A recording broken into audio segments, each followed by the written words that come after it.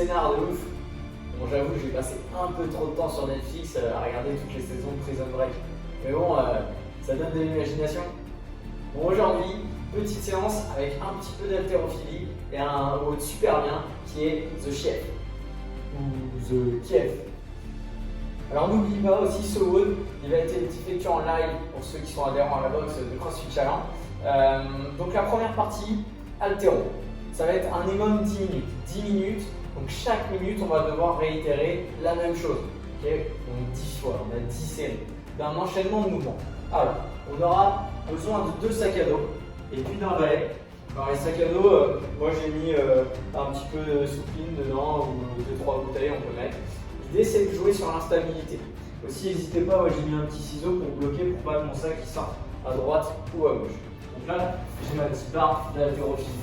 D'accord, ça va être nickel. Donc ceux qui font le live, il faudra préparer ça. Sur les gommes, on va enchaîner 4 mouvements. Donc ceux qui sont en garage, il faudra mettre une charge assez légère, c'est-à-dire entre 65 et 70% de votre main. Ceux qui sont du coup comme moi avec 2 sacs à dos, là aujourd'hui on va jouer sur l'instabilité, le fait que les sacs nous emmènent et que nous on doit rester gainé. Pour faire l'enchaînement, on va commencer par un power clean. Donc un power clean, c'est je pars du sol, je regarde un peu devant, je mets le droit, je glisse, hop, et j'épaule. Vous avez vu, ça bouge. Hop, je remets. Et puis je vais épauler en squat. Une fois que je l'ai là, je vais faire un front squat. Et puis après, je vais faire un jerk. Un jerk, c'est une impulsion et puis je vais chercher à faire une grande fente. Donc je saute et fente. Et voilà, pied devant et pied derrière. On remonte. Power. Un squat. Un front squat. Et un jerk.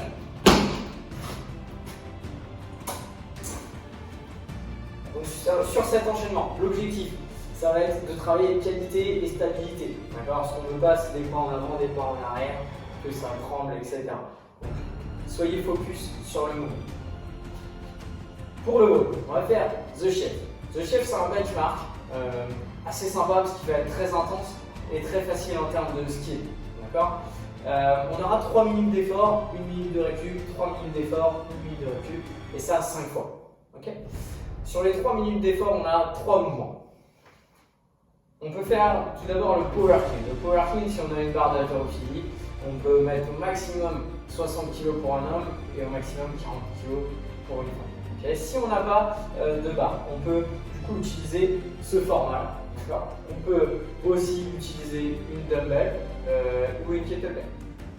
Alors sur le power clean, il faut la réceptionner debout, mais je vous invite, pour ceux qui n'ont pas trop de charge, avec une dumbbell, une kettlebell ou leur sac, à plutôt tenter de fléchir un petit peu les jambes pour avoir du challenge. Deuxième mouvement, la push-up.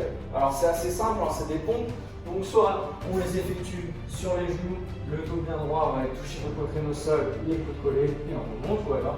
Du coup on se met le bras, on va toucher au sol et on remonte. Et troisième mouvement, le air squat. Le air squat, on met les pieds, largeur de bassin ou d'épaule selon notre mobilité, on descend bien de droit, on remonte.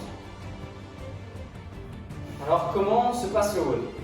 J'effectue 3 cleans avec la charge que j'ai. Puis après j'effectue 6 pompes. Puis après 9 squats, et ça je fais le plus de tours possible en 3 minutes. À 3 minutes je stoppe. Et j'étais à 6 tours plus 5 pompes. Alors je bois, je récupère. Au moment où je repars, je pars sur ma 6e pompe pour continuer les tours. Je reprends là où je m'étais arrêté. À la fin des 3 minutes de la deuxième série, je m'arrête et puis à la troisième série, je reprendrai là où je m'étais arrêté. Et le but, c'est de faire le plus de tours possible sur les 5 intervalles de 3 minutes d'effort avec 1 minute de récup imposée à chaque fois. À vous de jouer!